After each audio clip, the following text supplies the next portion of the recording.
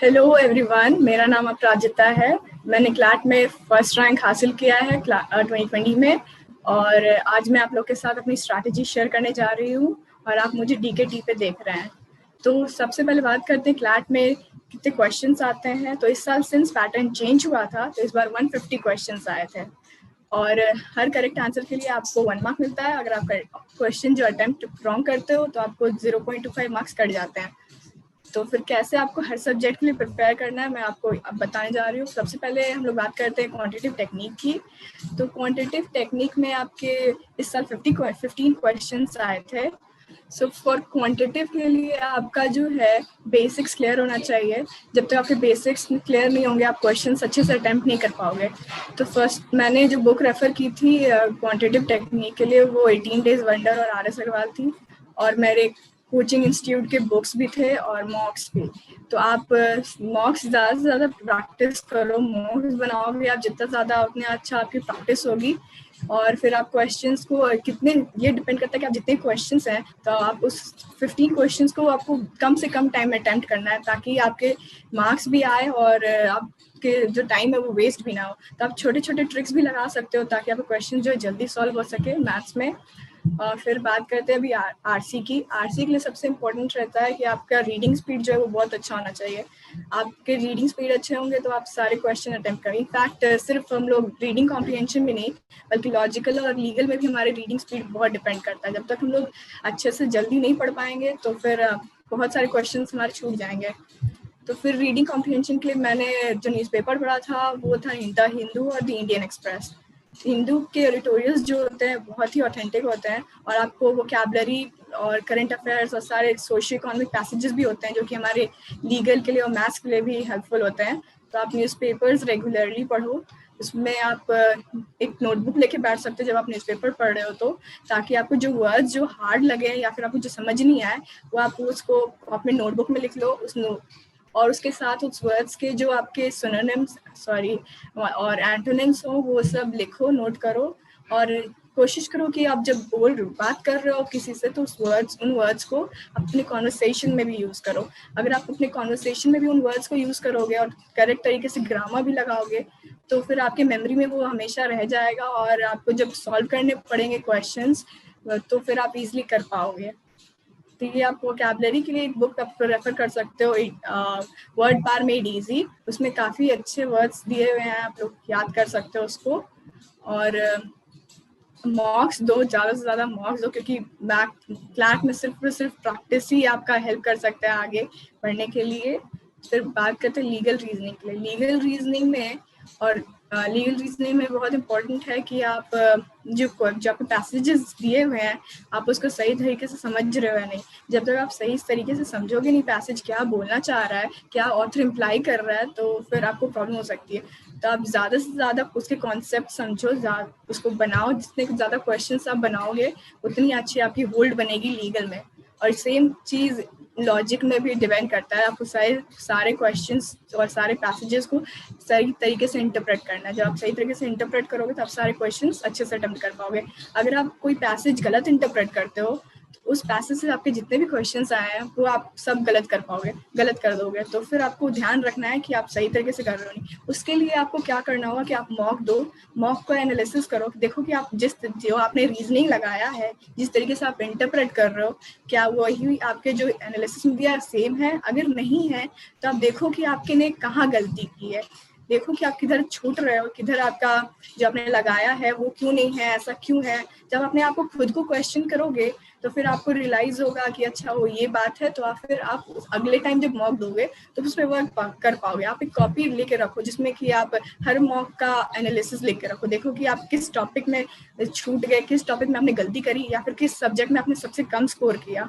जिस सब्जेक्ट में आपने कम स्कोर किया उसके लिए ज़्यादा प्रैक्टिस करो कि हाँ इसमें मुझे अगले बार अच्छा स्कोर करना है, ज़्यादा अच्छा मार्क्स लाना है। और सबको इक्वल लेके चलो। हर सब्जेक्ट को आप डेली पढ़ो। अगर आप सारे सब्जेक्ट्स को डेली पढ़ते हो तो आपका कोई सब्जेक्ट पीछे नहीं छूटेगा, आप सब कुछ कर पाओगे। अगर आप जैसे आप एक दिन में सिर्फ कुछ 15 to 20 questions her topic her subject से करोगे तो आपका काफ़ी अच्छा कमांड रहेगा और ज़्यादा बर्डन भी नहीं पड़ेगा आपके ऊपर।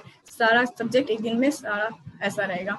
तो फिर ये बात हो गई इसके लिए। आप करंट अफेयर्स के लिए न्यूज़पेपर पढ़ना आपको बहुत ज़रूरी है, प्लस आप कुछ और सोर्सेज से भी रेफर कर सकते हैं। मैंने अपने कोचिंग के मंथन जो करियर लॉन्चर है उससे प्रेफर किया था, जीके टुडे से किया था, क्लाउड अफेयर्स, फिर दृष्टि IAS, ये सारे मटेरियल्स मैंने पढ़े थे खुद से।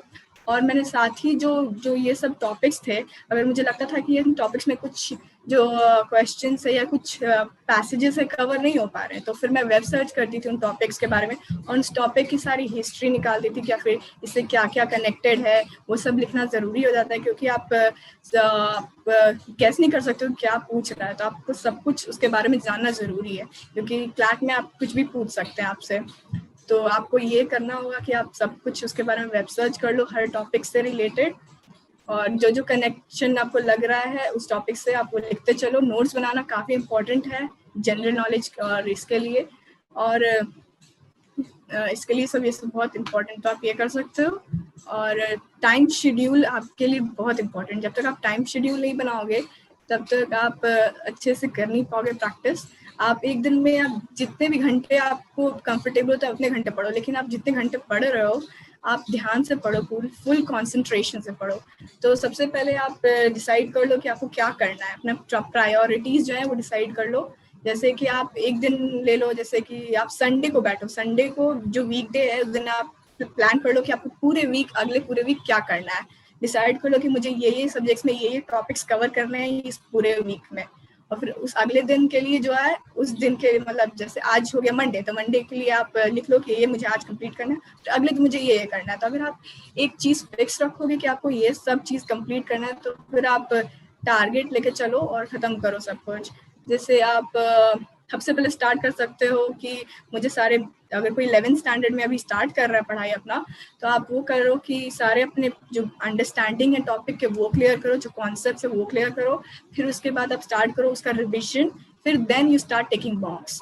जब आप ये सब क्लियर करोगे तो आप मॉक्स देने में आपको काफ़ी ईजी होगा और आप ज़्यादा स्कोर कर पाओगे, सब सारे आपके अंडरस्टैंडिंग और बेसिक्स क्लियर है। तो लॉजिक के लिए मैंने मॉक्स काफ़ी दिए थे, और ऑनलाइन जीमैट के जो क्वेश्चंस होते थे वो मैंने सॉल्व किए थे, क्योंकि जीमैट्स में जो पैटर्न जो क्लैट का है वैसे ही सेम आपको लॉजिक में जीमैट में भी मिलेगा। तो आप वो जीमैट के क्वेश्चंस आप सॉल्व करो लॉजिक के लिए। फिर मेरे शेड्यूल क्या, मैं पढ़ती थी रेगुलर बेसिस पे 5 to 6 आवर्स, फिर उसके बाद जैसे जैसे एग्ज़ाम नज़दीक आए वो 14 आवर्स तक बढ़ गए। लेकिन ये आप चाहो तो आप उससे कम भी पढ़ सकते हो। मुझे थोड़ा टाइम लगता था सब समझने में, इसलिए मुझे ज़्यादा वक्त देना पड़ता था क्लास में। लेकिन अगर आपकी अंडरस्टैंडिंग अच्छी है, आपकी मेमोरी अच्छी है, तो you can take few hours and आप उसी घंटे में अच्छे से कॉन्सेंट्रेट करके पढ़ो। जैसे कि मैं एक दिन में जैसे इंग्लिश और क्वांटिटेटिव और जीके को साथ रखती थी, ये एक दिन में मैं कंप्लीट करती थी, ताकि जो इसमें हर ये डिफरेंट चीज़, मेरा रीडिंग भी उस दिन कंप्लीट हो जाता था और करंट भी और क्वेश्चंस भी कुछ हो जाते थे। तो इसलिए मैं इन तीनों को एक साथ रखती थी, और फिर अगले दिन मैं लॉजिकल और लीगल पे ध्यान देती थी। तो आप ऐसा ट्राई कर सकते हो करने का। और मैंने जो है 12th के साथ ही क्लैट दिया था, तो फिर बहुत ज़रूरी होता है कि 12th में जो बोर्ड्स है उसमें भी अच्छे नंबर लाना और क्लैट में भी अच्छा स्कोर करना। तो आप उसके लिए जब आप 12th की पढ़ाई कर रहे हो तो फिर आपको जो होमवर्क्स मिल रहे हैं उसमें आप 2-3 घंटे दो 12th के स्टडीज़ के लिए, फिर उसके बाद जो आपके पास टाइम बचते हैं वो पूरे आप टाइम क्लैट पे दो। और बहुत लोग ऐसा भी करते हैं कि 11th को सीरियसली नहीं लेते और फिर उसके बाद 11th में पोर्शन खत्म नहीं करते और फिर सोचते हैं कि चलो 12th में हो जाएगा, सब 12th में कवर कर लेंगे। लेकिन मैंने 11th में ही सारा अपना पोर्शन खत्म करने की कोशिश किया था, सारे कॉन्सेप्ट मैंने बेसिक्स वो सब 11th में कंप्लीट किया था। तो फिर आई विल सजेस्ट कि आप 11th में जितना ज़्यादा हो सके आप सब कवर करो, ताकि आपको 12th में सिर्फ रिवाइज करना पड़े। और सिंस इस बार पैटर्न चेंज हुआ था तो फिर काफ़ी मतलब उतना भी कुछ प्रॉब्लम नहीं है, लेकिन आपको ज़्यादा फोकस करना पड़ा कि आपको रीडिंग स्पीड आपकी काफ़ी अच्छी करनी पड़ेगी आपको इसके लिए। तो फिर आप ज़्यादा से ज़्यादा न्यूज़पेपर पढ़ो ताकि आपकी रीडिंग अच्छी हो। अगर आपको नॉवेल्स पढ़ने हैं आप नॉवेल्स भी पढ़ सकते हो, लेकिन अगर नॉवेल्स आप जो पढ़ रहे हो तो आप कोशिश करो कि जो आपके रिलेटेड हैं आपके लॉ से, तो आपके कॉलेज में भी काम आएंगे, तो आप उस टाइप के बुक्स या फिर नॉवेल्स पढ़ सकते हो। तो इससे आपकी रीडिंग स्पीड में भी हेल्प हो जाएगी और आप कुछ नॉलेज भी मिल जाएंगे। मेरे स्कूल 7 से स्टार्ट होते थे और ऑलमोस्ट 2 या फिर 3 तक ऐसे विंटर और समर में चेंज होते थे। तो फिर आप स्कूल से जब आओ तो स्कूल के बाद आप जो अपना टाइम जो है वो स्कूल में जो आपने पढ़ाई करा है वो सब आपको रिवाइज कर लो। अगर आप डेली बेसिस पे स्कूल के जो पढ़ाई है वो आप रिवाइज करोगे 2-3 घंटे तो आपके लिए काफ़ी होगा। और उसके बाद आप क्लैट पे फोकस करो, क्योंकि मेन आपका जो है वो क्लैट है। अगर आप दोनों में ही 100% देने की कोशिश कर रहे हो तो फिर आपको थोड़ी प्रॉब्लम हो सकती है। तो आप थोड़ा इधर दो, थोड़ा थोड़ा इधर कॉन्सेंट्रेट करो, थोड़ा उधर कॉन्सेंट्रेट करो कि ताकि आप अच्छा स्कोर कर सको दोनों जगह।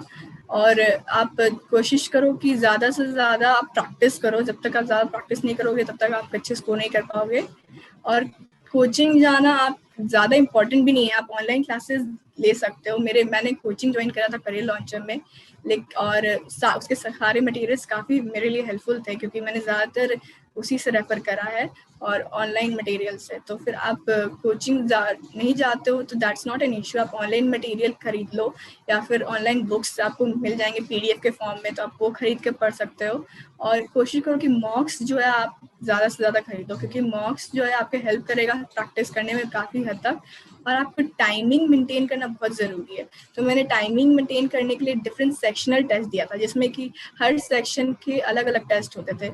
GK के हो गए, फिर अलग RC के, हर टॉपिक के अलग अलग टेस्ट। तो फिर उससे क्या होगा कि आप जो है एक टाइम दे पाओगे। जैसे कि आप GK के लिए आपको सेक्शनल टेक्स्ट में सिर्फ आपको 10 मिनट्स मिलेंगे, तो आप 10 मिनट्स में आपको सारे क्वेश्चन सॉल्व करने हैं। तो इससे क्या होगा कि आपको आदत हो जाएगी कि कितने हर सब्जेक्ट में आपको कितने टाइम देना है। उसके बाद अगर आप जब 2 घंटे के टेस्ट दोगे, फुल मॉक टेस्ट, तो आपको रियलाइज होगा कि बहुत काफ़ी हेल्पफुल है। आप 10 मिनट में वो कर पा रहे हो, 20 मिनट्स में आप इंग्लिश या लॉजिक कर पा रहे हो, फिर 35 मिनट्स में आप लीगल कर पा रहे हो। तो आप सेक्शनल मार्क्स देना स्टार्ट करो पहले, तो आप टाइमिंग आपकी अच्छे से मैनेज हो जाएगी। और टॉपिक टेस्ट भी आप दे सकते हो। अगर आपकी कोई टॉपिक में आपको लगता है कि आप कहीं गड़बड़ हो रही है आपकी, तो आप टॉपिक टेस्ट दोगे तो आप उस टॉपिक से आप जितने भी टेस्ट दोगे तो सब आपके जो होंगे कॉन्सेप्ट्स क्लियर होंगे और आपके जो बेसिक्स बहुत ज़्यादा स्ट्रांग हो जाएंगे, ताकि आप जो फुल मार्क को दो तो फिर काफ़ी आप अच्छा स्कोर कर पाओगे। तो मेरे जो वीक पॉइंट थे वो मैथ्स थे, तो फिर मैंने उस पर काफ़ी ज़्यादा वर्क करा था। और लॉकडाउन से हुआ था तो उसमें मैं काफ़ी टाइम मिल गया, जैसे हर बार पोस्टपोन हो रहा था कि अब फ्लैट होने वाला मई में, फिर नहीं अब और बढ़ गया। जब पहली बार बढ़ा तो फिर दैट वाज ओके कि हाँ थोड़ा ज़्यादा टाइम मिल गया, अब थोड़ा और कर पाएंगे प्रैक्टिस। लेकिन जैसे जैसे टाइम इंक्रीज हो रहा था, बहुत ज़्यादा बर्डन एंजाइटी हो रहा था कि ऐसे टाइम इंक्रीज हुआ जा रहा है। GK का जो पोर्शन है काफ़ी ज़्यादा बढ़ रहा था, क्योंकि अब 1 साल से ज़्यादा 2 साल हो जा रहा था कि अब मई में था, अब मई तक करना था, और आगे भी करना पड़ रहा था। तो आप अपने आप को मोटिवेटेड रखो, क्योंकि आपको अपने मोटिवेट रखना काफ़ी ज़रूरी है। आपको इतने पढ़ने के साथ साथ जो है अपने आप को रिलैक्स भी रखो, ताकि आप जो है जब एक फ्रेश माइंड से पढ़ोगे तो आपको ज़्यादा हेल्प करेगा, आप ज़्यादा कॉन्सेंट्रेट कर पाओगे। In maths try not to leave that portion, क्योंकि अगर मैथ्स आप छोड़ते हो तो आप फिर कुछ मैथ्स के मार्क्स वजह से आप कुछ कॉलेजेस आपके मिस हो जाएंगे। तो फिर आप कोशिश करो कि आप अपने थोड़े से, जैसे आप कुछ परसेंटेज हो गए, ratio proportion, averages, profit and loss, ये कुछ टॉपिक्स है जो काफ़ी इंपॉर्टेंट हैं। अगर आप ये टॉपिक भी पढ़ के जाते हो तो आप almost 5 to 6 questions easily solve कर पाओगे।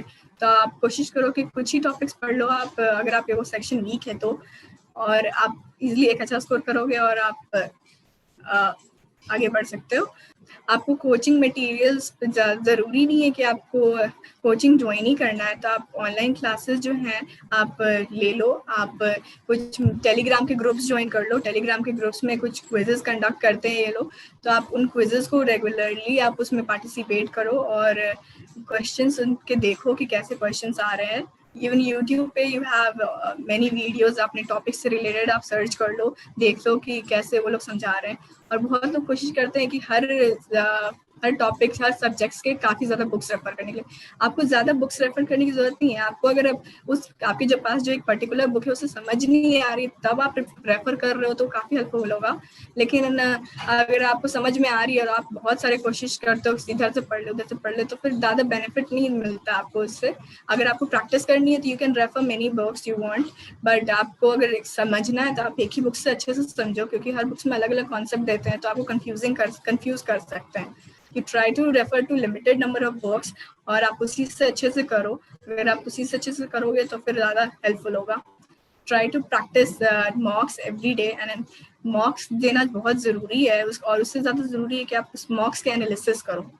और एनालिसिस जब करोगे तो यू विल रियलाइज कि आप कहाँ लैक कर रहे हो, कहाँ आपके वीकनेसेस है, कौन से सब्जेक्ट में आपके जो कॉन्सेप्ट है वो क्लियर नहीं है। जब आप एनालिसिस करोगे तो फिर आप नोट करो कि आप कौन से सब्जेक्ट में आपने सबसे कम स्कोर किया है और उस सब्जेक्ट पे ज़्यादा आप फोकस करो। देन आप देखो कि उस सब्जेक्ट में जिसमें आपने कम स्कोर किया है उसमें कौन से टॉपिक्स थे जो आपने गलत किए।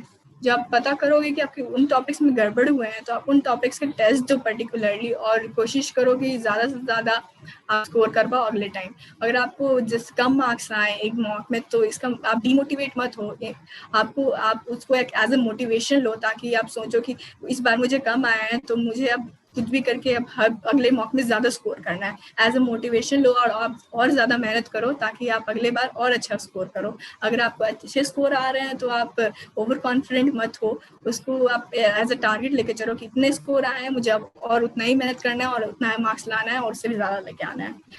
तो सबसे पहले जब पैटर्न चेंज हुआ तो मैंने पहली बार मॉक दिया, उसके बाद तो मेरे काफ़ी कम स्कोर आए थे, अराउंड 50 समथिंग आए थे।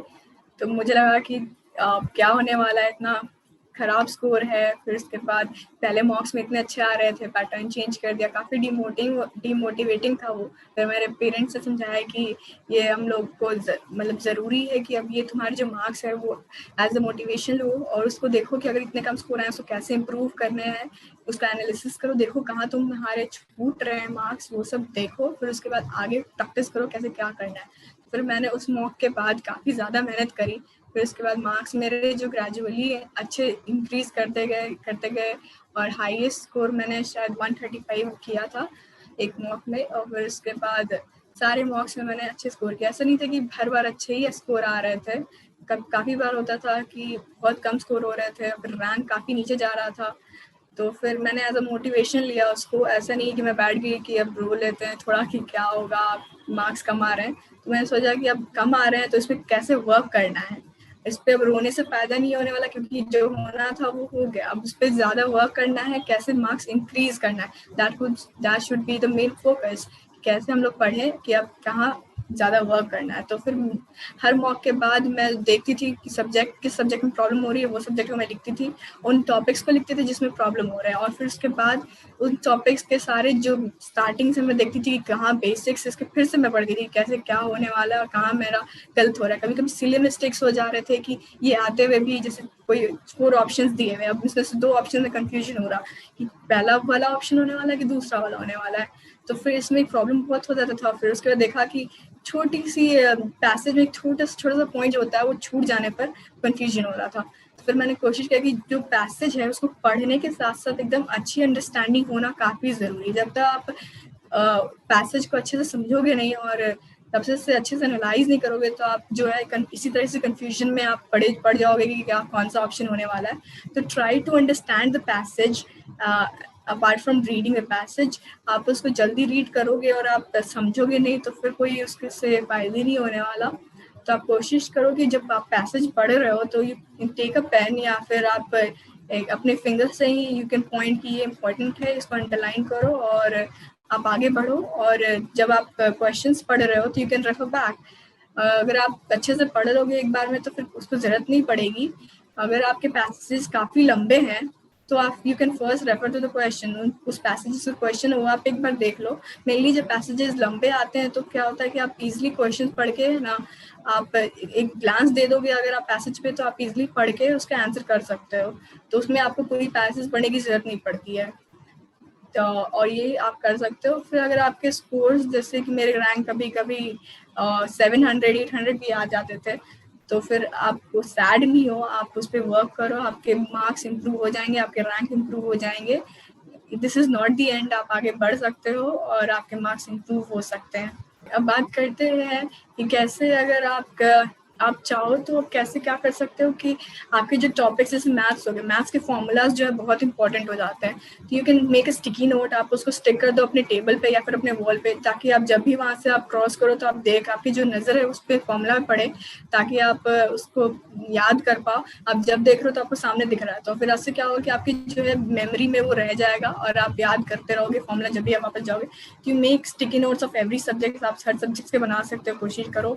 और जो आप करंट अफेयर्स हैं, अगर आप चाहो तो फिर आपको कोई इंपॉर्टेंट टॉपिक दिख रही है तो आप टॉपिक न्यूज़पेपर से आप कट भी कर सकते हो और आप उसको लगा दो अपने डेस्क पे, ताकि आप देखते रहो, उसको याद भी होते रहेगा आपको। एंड यू ट्राई टू, जैसे कि मैंने इस बार गलती ये की थी कि मेरे लॉजिक में एक पूरा पैसेज के सारे क्वेश्चंस गलत हो गए थे, क्योंकि मैंने इंटरप्रेट जो करा था वो पैसेज वो गलत करा था, तो उसकी वजह से ये हुआ। तो फिर आप कोशिश करो कि आप जो पैसेज पढ़ रहे हो उसको सही तरीके से समझो। अगर आप थोड़ी सी भी गलत करते हो, जैसे आप कभी कभी आप पैसेज पढ़ते हो तो आपको लगता है कहीं पढ़ा है इसके बारे में मुझे पता है, तो आप छोड़ देते हो। इसमें आप यही गलती कर देते हो, क्योंकि वो हर बार ऐसा नहीं होता कि आपने जो पढ़ा है वही दिया होगा, थोड़ा सा ट्विस्ट होते हैं उस पैसेज में और उसी वजह से सारे आंसर्स डिफर कर जाते हैं। You don't do that. आप जो मैंने गलती करी आप नहीं करना, आप उसको अच्छे से पढ़ो पैसेजेस को, आपको लगता है आपने पहले पढ़ा है तभी भी आप दोबारा उसको पढ़ो, फिर आंसर करो questions. There many people who can not afford coaching, तो आप लोग टेलीग्राम पे ग्रुप ज्वाइन कर सकते हो, जैसे CLAT exams, CLAT quizzes, stuff for CLAT, और भी काफ़ी है। ये 3 मेरे को सबसे ज़्यादा इंपॉर्टेंट लगे। आप एक एवरीथिंग फॉर क्लैट भी आप उसको भी ज्वाइन कर सकते हो। इसमें ये लोग आपको, अगर आप न्यूज़पेपर भी बहुत लोग नहीं खरीद पाते, सिंस अभी कोरोना चल रहा है, तो आप लोग सेफ्टी के लिए न्यूज़पेपर अपने घर पे नहीं लेते हो, तो ये लोग टेलीग्राम्स ग्रुप हैं, आपको पीडीएफ फॉर्म में न्यूज़पेपर भी प्रोवाइड करते हैं, बहुत सारे आपको मटेरियल्स प्रोवाइड करते हैं हर सब्जेक्ट्स के। आप चाहो तो उससे रेफर कर सकते हो, वहाँ पे आपको सारे के सारे मटेरियल्स मिल जाएंगे। यू कैन आस्क देम कि मुझे ये चाहिए, आप ये प्रोवाइड कर सकते हो, they will provide you with everything that you want for CLAT. तो आप you can do that on YouTube. For maths I used to refer to the videos of Feel Free to Learn. आप वहाँ maths के video देख सकते हो, वो वहाँ पे सारे वो मैथ्स के बेसिक्स क्लियर करते हैं, वो आप वो देख लो। फिर आप यूट्यूब पे और भी काफ़ी वीडियो मैंने ये जो पर्टिकुलर चैनल थे मैंने इससे मैथ्स रेफर किया था, बाकी सब के लिए मैंने रैंडम चैनल्स रेफर किया था बाकी सारे सब्जेक्ट्स के। तो आप सर्च करोगे तो आपको इजीली मिल जाएंगे। तो आप लॉजिकली आई वुड से कि आप जीमैट के क्वेश्चंस रेफर करो, क्योंकि वो काफ़ी अच्छा लेवल के होते हैं। तो आप सर्च करोगे कि logic questions for GMAT on Google, तो आपको इजीली मिल जाएगा, आप वो सॉल्व करो। This is the thing that you can do अगर आप कोचिंग ज्वाइन नहीं कर सकते हो तो। क्लैट एग्जाम देने जा रहे हो तो कोशिश करो कि आप पैनिक ना करो, कॉन्फिडेंट रहो, आपने जो भी चीज़ पढ़ा है उस पर फोकस करो कि मैंने जितना चीज़ पढ़ा है बस मैं उसको अच्छे से करके आऊँ। और एग्ज़ाम के एक दिन पहले आप कोशिश करो कि सो पाओ। उस दिन आप मॉक दे सकते हो, एक मॉक दे दो, आप उसको एनालाइज कर लो और आप जीके रिवाइज कर लो, बस यही चीज़ करो, ज़्यादा चीज़ करने की जरूरत नहीं है, क्योंकि आपने ऑलरेडी रेगुलर पढ़ाई करी है। आपने रेगुलर पढ़ाई करी है तो आपके ऑलरेडी माइंड में सब कुछ है, बस आप थोड़ा सा रिवाइज कर सकते हो, ज़्यादा आपको स्ट्रेस लेने की ज़रूरत नहीं है। आप अच्छे से 7-8 आवर्स की स्लीप लो, फिर वापस जाओ, आप एग्ज़ाम दे लें। तो फिर आप क्वेश्चंस देख के, अगर आपको क्वेश्चंस लेंदी लग रहे हो, बहुत ज़्यादा डिफिकल्ट लग रहा हो, तो पैनिक नहीं करो, आप सब कुछ कामली अटेम्प्ट करो, क्योंकि अगर आपके लिए वो डिफिकल्ट लग रहा है तो आप बाकी लोग के लिए भी डिफिकल्टी है, क्योंकि आपने जितना पढ़ाई करी सबने उतनी करी है। तो आप फोकस करो कि आप जितने पढ़े हो आप उसी में करो। मैंने सबसे पहले जीके सेक्शन अटेम्प्ट किया था इन 7 to 8 मिनट्स में, फिर उसके बाद मैंने इंग्लिश किया था 20 to 25 मिनट्स अराउंड, फिर उसके बाद मैंने लॉजिकल अटेम्प्ट किया था, लास्ट में मैंने मैथ्स अटेम्प्ट किया था। तो क्योंकि मेरा मैथ्स कम वीक था तो फिर मैंने सोचा कि लास्ट में अटेम्प्ट करूंगी तो फिर ज़्यादा सही रहेगा वो, इसलिए मैंने मैथ्स लास्ट में अटेम्प्ट किया था। आप अपने अकॉर्डिंग आप देख लो कि कौन से सब्जेक्ट में आप स्ट्रांग हो। मेरा सबसे स्ट्रांग सेक्शन जीके था, इसलिए मैंने जीके सबसे पहले अटेम्प्ट किया था। तो आप देख लो आप किसमें स्ट्रांग हो, सबसे पहले अटेम्प्ट करो। और अगर आपको पैसेज ज़्यादा लेंदी लग रहे हो तो आप दूसरे सेक्शन, जैसे आपको लीगल के सेक्शन बहुत ज़्यादा उसके लेंदी लग रहे हो, तो आप ट्राई करो वो छोड़ के आप दूसरा इंग्लिश के रेफर स्टार्ट करो देना, ताकि जो आप क्वेश्चंस इंग्लिश में आते हैं वो सारे आपके अटेम्प्ट हो पाए। फिर उसके बाद आप लेंदी क्वेश्चंस जो है वो आप बाद में अटेम्प्ट कर लो।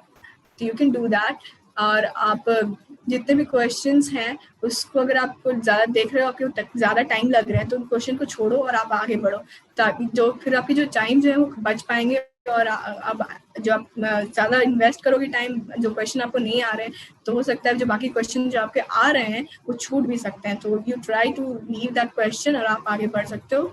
एग्ज़ाम स्टार्ट करने से पहले आपको टाइम दिया जाता है कि आप इंस्ट्रक्शंस पढ़ो। तो आप जिस टाइम जब दिए गए हैं, आप कोशिश करो कि आप इंस्ट्रक्शंस जितने भी हैं उसको अच्छे से पढ़ो, क्योंकि जैसे इस टाइम हुआ कि हमारे जो इंस्ट्रक्शन थे वो थोड़े डिफर कर गए थे।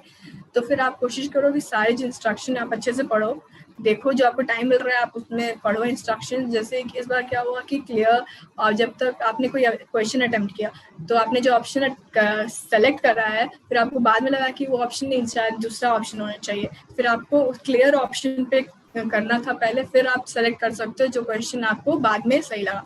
तो बहुतों के इसी मार्क्स कट गए, बहुत लोगों ने मार्क फॉर रिव्यू करा था, तो मार्क फॉर रिव्यू वाले क्वेश्चन जो है वो कंसिडर नहीं हुए थे।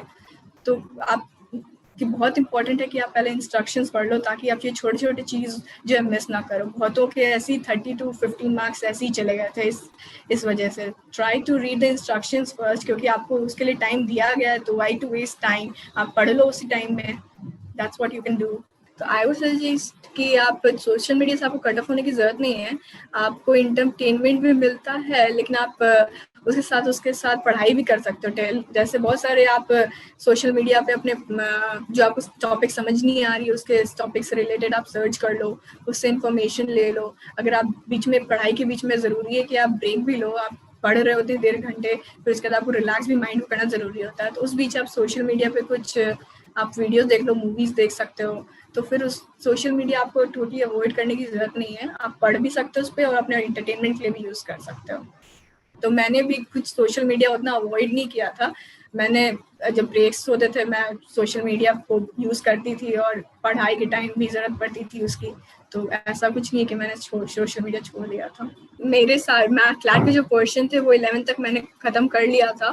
जितने भी मुझे कॉन्सेप्ट्स जितने भी थे, हर सब्जेक्ट्स के सारे कॉन्सेप्ट मैंने क्लियर कर लिए थे 11th तक, और मुझे 12th में सिर्फ रिवाइज़ करना रह गया था, क्योंकि हमें 12th में मेरे बोर्ड्स भी थे और बोर्ड्स पे कॉन्सेंट्रेट करना ज़रूरी था। तो फिर मैंने 11th में जो सारा पोर्शन ख़त्म करके 12th में क्लैट की रिविजन की थी और 12th की पढ़ाई भी साथ में की थी। तो फिर आप कोशिश करो कि 11th में सारे पोर्शन ख़त्म करो, ताकि आप 12th में सिर्फ आपको मॉक्स देने रह जाए और सिर्फ रिवीजन करने रहे। और आप फ्लैट उसके साथ साथ आप बोर्ड के भी जितने भी सब्जेक्ट्स आपके जो स्कूल में पढ़ाई हो रहे हैं वो पढ़ो, घर आके उसको रिवाइज करो, टेस्ट दो स्कूल में। और स्कूल को अवॉइड करने की ज़रूरत नहीं है, आप स्कूल के साथ साथ फ्लैट पे भी फोकस कर सकते हो। मैंने अराउंड 80 मार्क्स दिए थे, और सारे मॉक्स को मैंने रिन्यू भी करवाया था, ताकि जो मॉक्स पुराने हैं मैं देखूं कि मैंने जितने मॉक्स दिए हैं उसमें इससे ज़्यादा स्कोर कर पा रही हूँ या फिर नहीं, मैंने सही तरीके से एनालिसिस किए कि नहीं उस मॉक्स के। तो फिर ये बहुत हेल्पफुल होता है जब आप दे रहे हो मॉक्स दोबारा, सारे मॉक्स आप दोबारा जब दोगे तो आप रियलाइज़ करोगे कि मैं कहाँ स्टैंड कर रही हूँ, मैं कि पहले बार जो मैंने किया था वही गलती मैं दोबारा कर रही हूँ कि नहीं कर रही हूँ। आप ये रियलाइज़ करोगे कि फिर से वही सब गलतियाँ हैं या फिर कुछ नई गलतियाँ हो रही हैं या फिर आप बहुत ज़्यादा इम्प्रूव कर रहे हो। तो ये आपके लिए बहुत ज़रूरी हो जाता है कि आप जितने मॉक्स हैं उनको दोबारा दो, तो फिर वो आपके हेल्प करेंगे आपको रियलाइज़ करने में कि आप कहाँ स्टैंड करो। इतने साल आपने मेहनत करा है, उसके बाद आप कहाँ ये सब करके पहुँचे हो। अगर आपके फिर भी कम आ रहे हैं तो फिर डोंट पैनिक, आप एंग्जाइटी मत लो, ये सब का मत करो। आप फोकस करो कि अब ये हुआ है तो फिर कैसे हुआ, फिर आप उसको इम्प्रूव करो। आप रो नहीं, बात सैड नहीं हो, आप अच्छे से कर सकते हो। आपने इतने दूर तक आप आए हो, अब आगे भी आप कर ही सकते हो। लास्टली आई वुड से कि आप कॉन्फिडेंट रहो, आप जो भी पढ़ रहे हो अच्छे से पढ़ो, अपने आप को डिवोटेड रखो, डिटरमिन्ड रहो, और अपने जो पढ़ाई में है फोकस करो। आप इतने मेहनत कर रहे हो तो आपके ज़रूर से अच्छे रिजल्ट आने वाले हैं। अगर आप फोकस करोगे अपने पढ़ाई पे, आपके जो गोल है, आपके जो ड्रीम है, आपको टॉप 10 एनएलएस में जाना है या टॉप 5 में जाना है या फिर एनएलएस में जाना है, तो आप मेहनत करोगे तो आप इजीली पहुंच पाओगे। Try to focus on things that you are studying, और आप कोशिश करो कि ज़्यादा से ज़्यादा प्रैक्टिस करो। प्रैक्टिस ही आपको जो है क्लैट में एक अच्छा स्कोर दे सकता है। Try to practise every subject, और आप सारे टॉपिक्स टेस्ट दो, सेक्शनल टेस्ट दो, मॉक्स दो, एनालिसिस करो, और आप एक अच्छे स्कोर लेके आओगे। और जब एग्ज़ाम दे रहे हो तो डोंट पैनिक, बी कॉन्फिडेंट, और सारे क्वेश्चन आप अटेम्प्ट करो। और if you have any question you can post in the comment section, I'll try to reply, and thank you so much.